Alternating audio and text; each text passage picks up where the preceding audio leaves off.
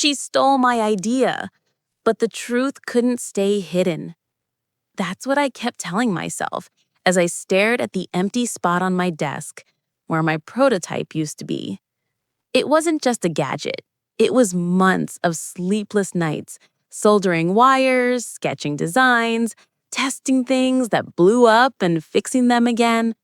I'd built something I was proud of, a small smart home device that could automatically adjust your lights and temperature based on your habits. Not rocket science, but pretty clever for a college student working out of her dorm. When I got an email from a local investor wanting to see my project, I thought, this is it. This could be my shot to finally turn my little invention into a real business. I told my family during dinner, smiling ear to ear. But instead of congratulations, my sister just smirked. "Wow, who knew anyone would pay for that?" she said, twirling her fork like she wasn't even trying to hide the sarcasm. That was my sister Lily, 2 years older, prettier, louder, and used to being the center of attention. We were close when we were kids, but as we grew up, things got competitive. I'd always been the quiet one, the brainy sister who'd rather build robots than go shopping. She was the social butterfly, always posting selfies and getting praise online.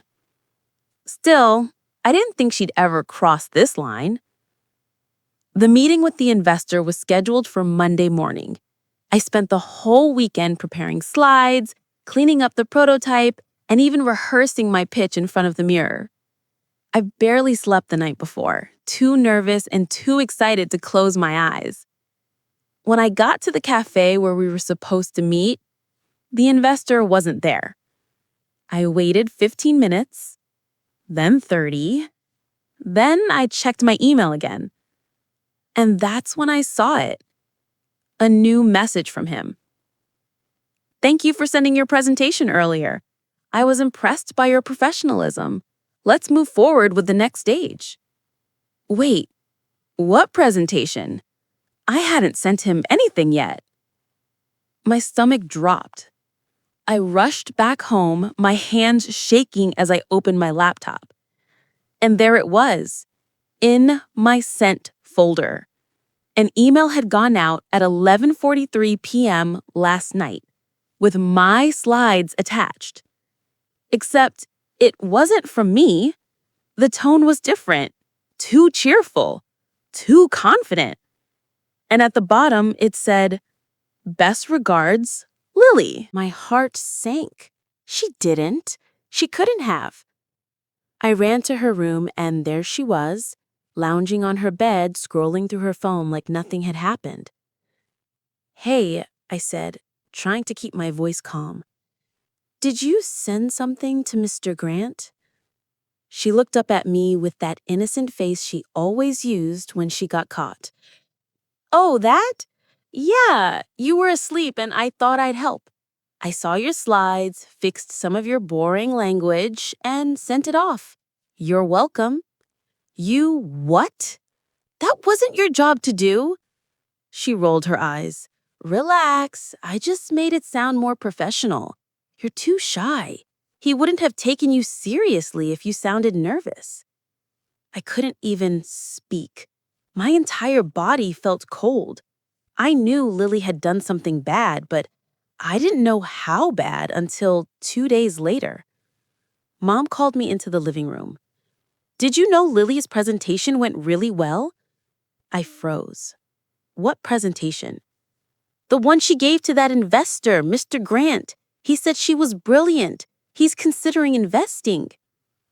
I just stood there, my heart pounding so hard I could barely hear my mom's voice. My sister, my own sister, had walked into that meeting with my project and pretended it was hers. That night, I sat in my room in silence, staring at the prototype on my desk. My dream had been hijacked. My idea, my work, my shot at success, stolen. I wanted to scream, to tell the world, but I also knew that if I reacted emotionally, she'd just spin it against me, like she always did. So instead, I took a deep breath and started gathering proof. I pulled up my patent filing, all the design sketches with timestamps, and the videos I'd posted privately to my drive, showing every stage of the build, every line of code, every circuit. I wasn't going to start a fight, I was going to finish it. I didn't sleep that night. I just sat at my desk, surrounded by papers, open tabs, and the faint hum of my computer. Every time I looked at the prototype, I felt this mix of pride and pain.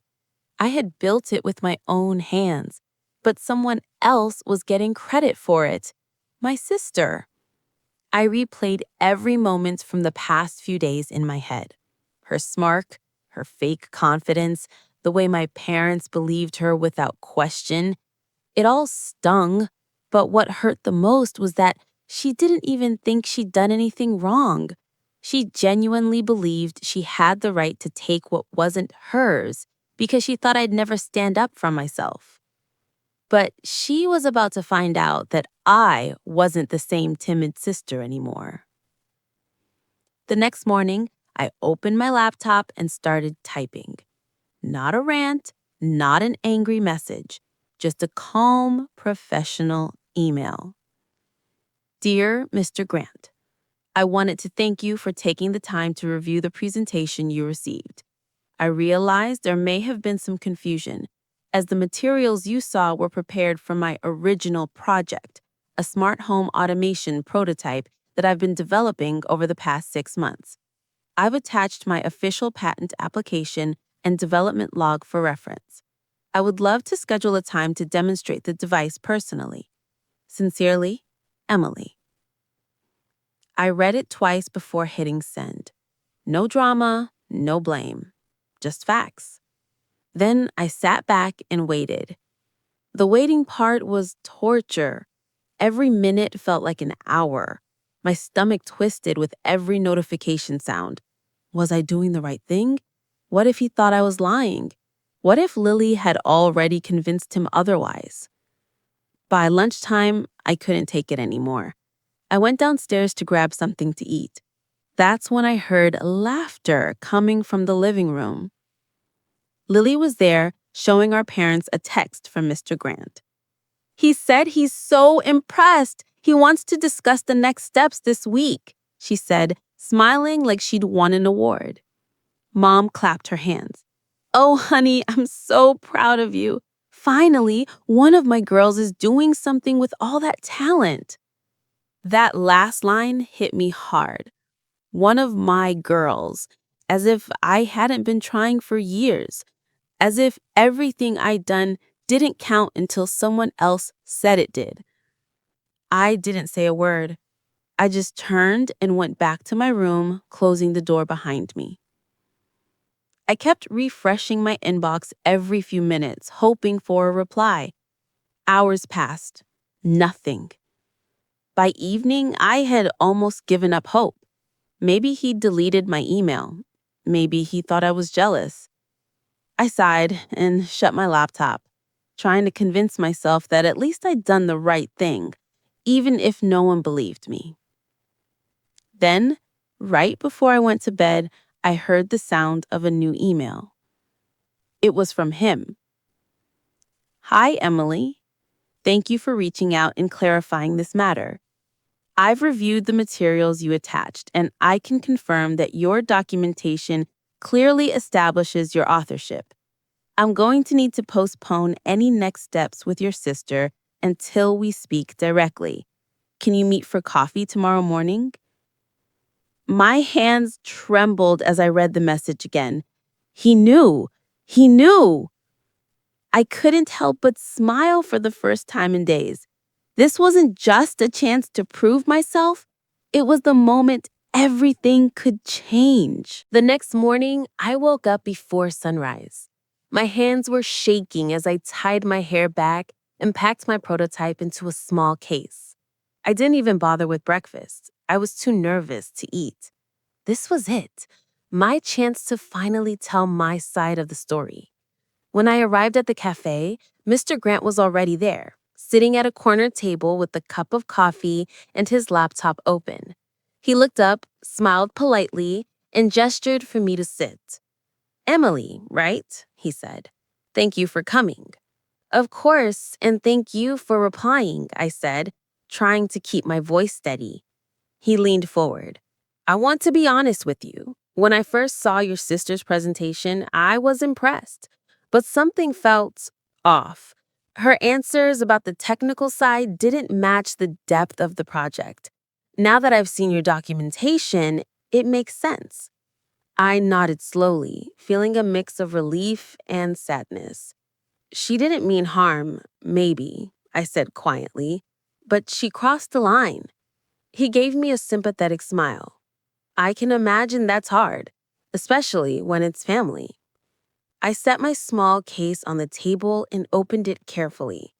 Inside was the prototype, a small device about the size of a phone charger, with a glowing indicator light and the neat label that read, "Homies."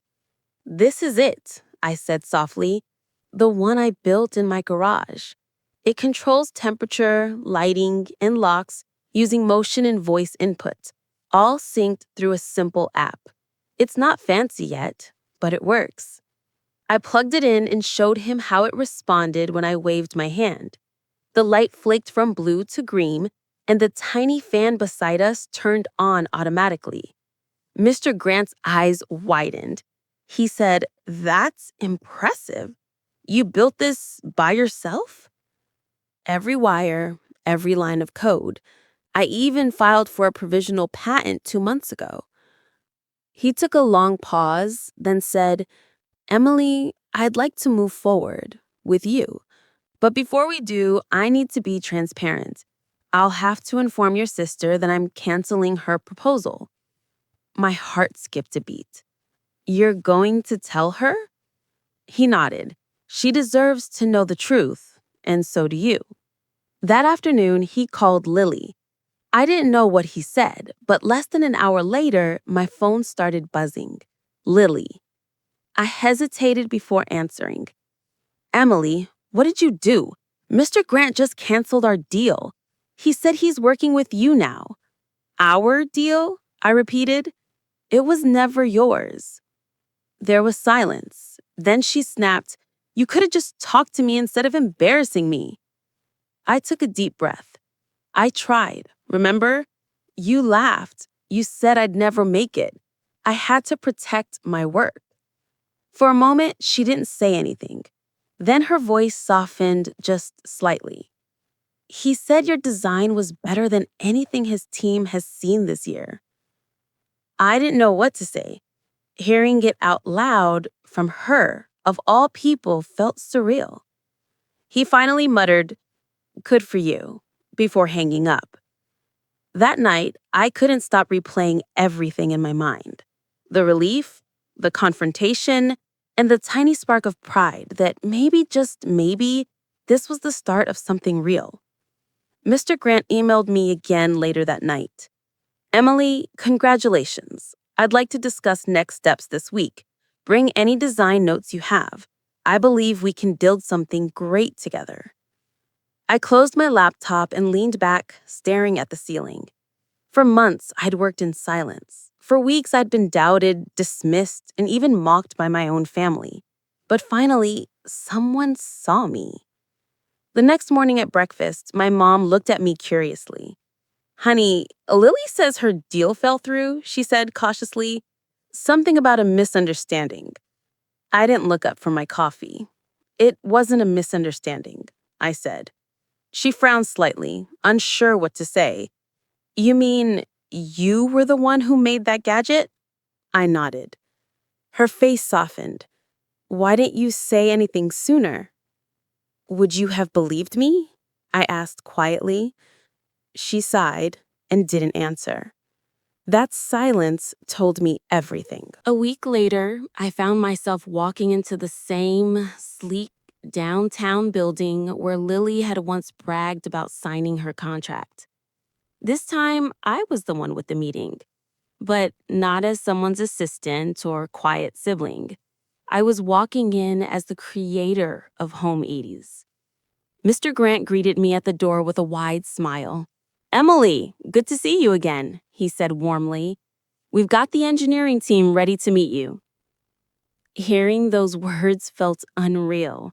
I wasn't used to people being excited to see me. Usually, I was the invisible one, in the background, quietly making things work. Inside the conference room, a small team of designers and investors sat waiting. My prototype sat on the center of the table, surrounded by printouts of my notes and design sketches. "Everyone," Mr. Grant began, "this is Emily. She's the original mind behind Homies." There was a round of polite applause. I felt my face heat up, but this time it wasn't embarrassment, it was pride. I spent the next hour explaining my vision, how the device could help families save energy, how simple the interface was, and how it could fit into any home. I didn't use big words or fancy slides, just honest talk about something I believed in. When I finished, Mr. Grant nodded. "That's the kind of passion you can't fake. Welcome to the team, Emily." After the meeting, I stepped outside into the sunshine, blinking against the bright city light. My phone buzzed. It was a text from Lily. "Can we talk?" For a moment, I hesitated. Then I typed back. "Sure, coffee at 4. We met at the same cafe where Mr. Grant and I had met just days before. She was already sitting there, staring at her phone, looking different. Not angry, not smug, just tired. When she looked up, I could tell she'd been crying. "Emily," she started quietly, "I messed up, badly." I sat down across from her. "Yeah, you did." She nodded, tears welling in her eyes. "I thought I could handle it. I thought if I impressed Dad and Mom first, maybe they'd finally stop comparing us. But when you emailed Mr. Grant, I realized I wasn't trying to win, I was trying not to lose." I didn't expect her to say that. It hit me in a strange way. Not anger, not satisfaction, just a deep ache. "I never wanted to compete with you. I just wanted to make something real." She wiped her eyes and nodded. "You did, and I'm sorry. For stealing your idea, for not believing in you, for being jealous." I looked down at my coffee, then back up. "You can't take that back, but you can learn from it. Maybe we both can." A few months later, Home Ease went into production. The first batch sold out within 2 weeks. People loved it, especially parents who wanted an easier way to manage their homes. Local news ran a small story, "Young Engineer's Invention Changes Everyday Living." My parents saw it, of course. That evening, my mom called. "Honey," she said quietly, "we saw your story on TV. Your father and I are proud of you." Those words, as simple as they were, meant more than any applause. She paused. "And Lily told us the truth. She told us everything. We didn't realize how much you'd been working behind the scenes." I smiled softly. "It's okay," I said. "You know now." "Dinner this Sunday? Your favorite restaurant?" "Sure," I said. "I'd like that." That Sunday dinner was the first time in years that my family felt whole again. Lily even helped me carry the dessert. There was still tension, sure, but also understanding. Midway through dinner, Lily leaned over and whispered, "So what's next for Home Ease?" I smiled. "Actually," I said, "Mr. Grant wants to expand. He thinks we can make smaller, portable versions for renters and travelers. Her eyes lit up a little. You're going big. I'm trying to. And maybe I could use some help with the marketing side. You were always good at that. She looked surprised. You'd trust me again? I shrugged. Everyone deserves a second chance, if they earn it. That night, I got another message from Mr. Grant. Great news. The company wants you to lead a small creative team for our next launch. Also, congratulations again. You've proven something a lot of people forget. Honesty still wins. I stared at the screen for a long moment. Maybe he was right. Maybe the truth really does have a way of resurfacing, even when people try to bury it. And maybe, just maybe, this was the start of a better story. Months passed, and the success of Homies became bigger than I had ever imagined. Orders were rolling in from all over the country. People were tagging me in social media posts, showing how my gadget made their lives easier. Every notification felt like a small reminder that hard work, not shortcuts, really did pay off. But as things grew, so did the pressure. Managing supply chains, responding to customer feedback, and preparing for a new model launch was exhausting. I was an engineer, not a business expert. And even with a small team, I was starting to feel overwhelmed. That's when I got a surprising call from Lily. Hey, she said, her voice sounding careful, almost hesitant. I know you're busy, but I heard you're planning a new version of Homies, right? I sighed, leaning back in my chair. Yeah, it's been tough keeping up with everything, though. Why? I've been studying, she said quickly. Online business management, marketing, product placement, all that stuff. I know I messed things up before, but maybe I can help this time. For real. Her tone wasn't defensive or proud. It was humble, genuine. I didn't answer right away. Part of me still remembered the sting of betrayal, the sleepless nights wondering why my own sister had done that to me. But another part of me, the part that missed having family close, wanted to believe people could change. I come by tomorrow. Let's talk, I said finally. The next morning, Lily arrived early. She looked different. No overdone makeup, no business heels, just jeans and a notebook filled with ideas. We sat in my small office, surrounded by boxes of components and shipping labels. She flipped open the notebook. Okay, she began. So I was thinking, people love smart home gadgets, but not everyone wants something complicated. What if we made a smaller version of Homies that focuses on just one feature, like voice-activated lights or automatic temperature control?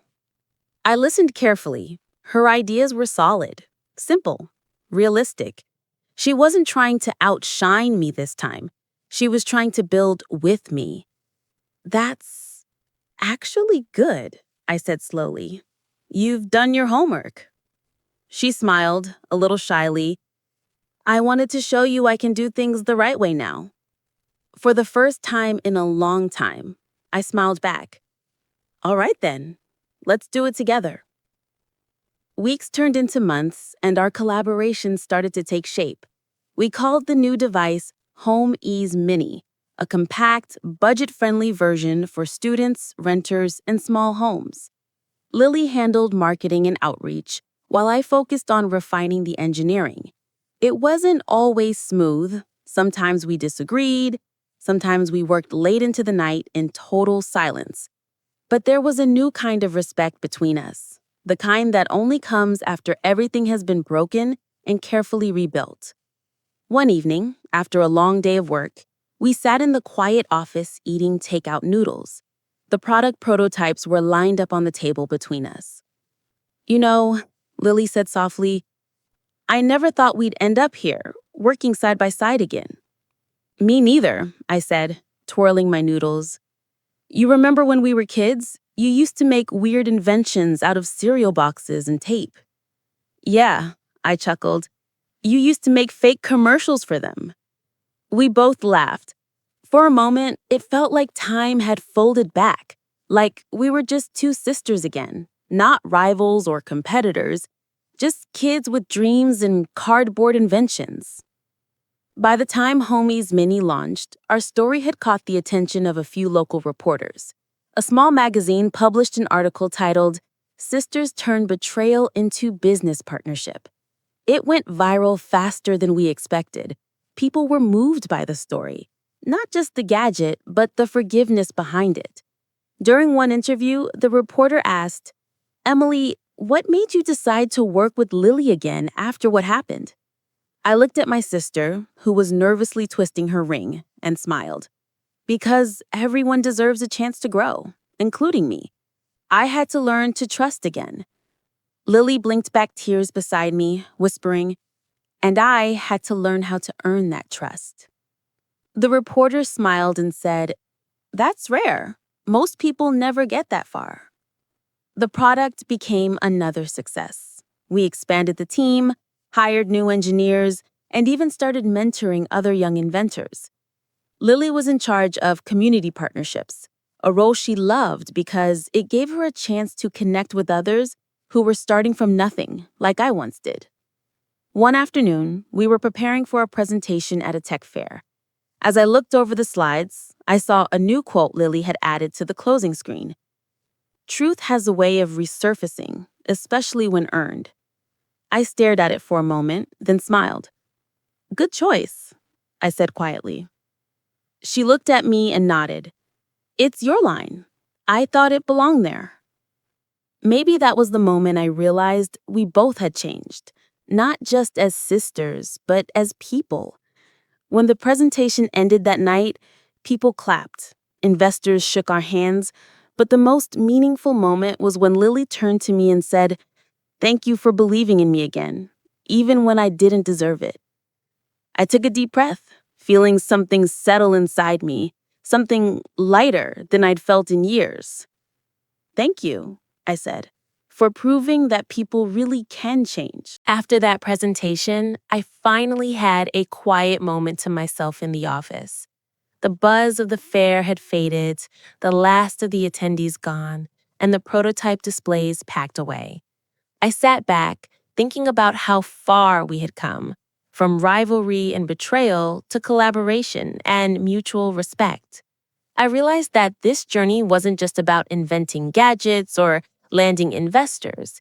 It was about growth, personal growth, emotional growth, and even professional growth. I had learned that people can make terrible mistakes, but those same people can also change. And sometimes giving them a chance isn't just about forgiveness for them. It's about freeing yourself from anger and bitterness. Lily had been selfish, yes, and her betrayal had hurt deeply. But working with her now, seeing her put in effort, seeing her genuinely care about the work and the team, had reminded me why relationships, even complicated ones, were worth salvaging. I felt proud of both of us, proud that I had trusted again, and proud that she had chosen to rebuild trust rather than tear it apart again. This lesson spilled into every part of my life. I became more patient, more empathetic, and more willing to step back and see situations from multiple angles. Business negotiations were easier because I understood the human element behind every decision. Friendship strengthened because I didn't take misunderstandings personally. And even my own creativity blossomed because I could focus on building instead of stewing in resentment. It also taught me the real power of perseverance. The hours spent perfecting the original prototype, the nights staying up late debugging software, the small victories that went unnoticed by others, all of it mattered. Hard work had a way of resurfacing, just like truth. The recognition I had finally received wasn't instant. It came slowly, carefully, and it was far more satisfying because it was earned. I often thought back to the week my sister tried to take credit for my work. In that moment, it had felt like the world had tilted, like all my effort had been invisible. But now, looking at the thriving business, the team we'd built, and the genuine bonds we had reclaimed, I realized that the temporary pain had been necessary. Without it, I might never have grown as resilient, resourceful, or wise. There was also a larger legacy forming. With Home Ease Mini reaching more homes, helping students and renters simplify their lives, our story became more than just a personal triumph. It became a story that others could relate to, a lesson in perseverance, forgiveness, and integrity. I began mentoring younger inventors, sharing not just technical skills, but the wisdom of navigating human relationships, understanding trust, and maintaining honesty in the face of shortcuts and temptation. And then, sometimes late at night, when the office was quiet and the prototypes stacked neatly on the shelves, Lily and I would share a simple smile. No words were necessary. The bond we had rebuilt was stronger than any rivalry could ever have been.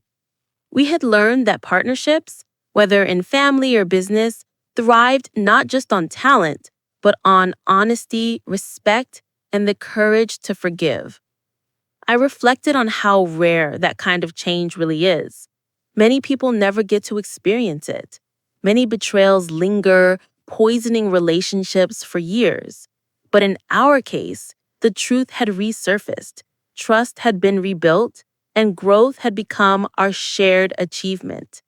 I felt lucky, not just for the investor call, the successful product, or the recognition, but for the human connection that had survived everything. That night, before leaving the office, I jotted down a note on a sticky pad. Truth has a way of resurfacing, but forgiveness lets it flourish. I stuck it above my desk where I could see it every day. It wasn't just a lesson for Lily or for myself, it was a guiding principle for the future. No matter what challenges came next, I knew I could face them with resilience, integrity, and heart. And perhaps most importantly, I knew that even after betrayal, growth and reconciliation were possible if you are willing to take the hard, meaningful steps toward them. From that point onward, our work together became seamless. Home Ease continued to expand, and with Lily handling marketing and outreach, and me focusing on innovation and engineering, we found a balance we had never known as children nor even as rivals. Every new model, every new client, every successful launch reminded me that the hardest trials often produced the most rewarding outcomes. It was no longer about proving her wrong or proving myself right. It was about building something bigger than either of us alone, a legacy that represented honesty, collaboration, and the power of truth. And as I left the office that night, the quiet hum of the city below me, I felt a sense of peace and purpose unlike anything I had known before. The story had come full circle. Betrayal had tested me. Hard work had strengthened me. And forgiveness had healed both the relationship and the soul. If this story inspired you, subscribe to hear more real-life journeys of courage and growth.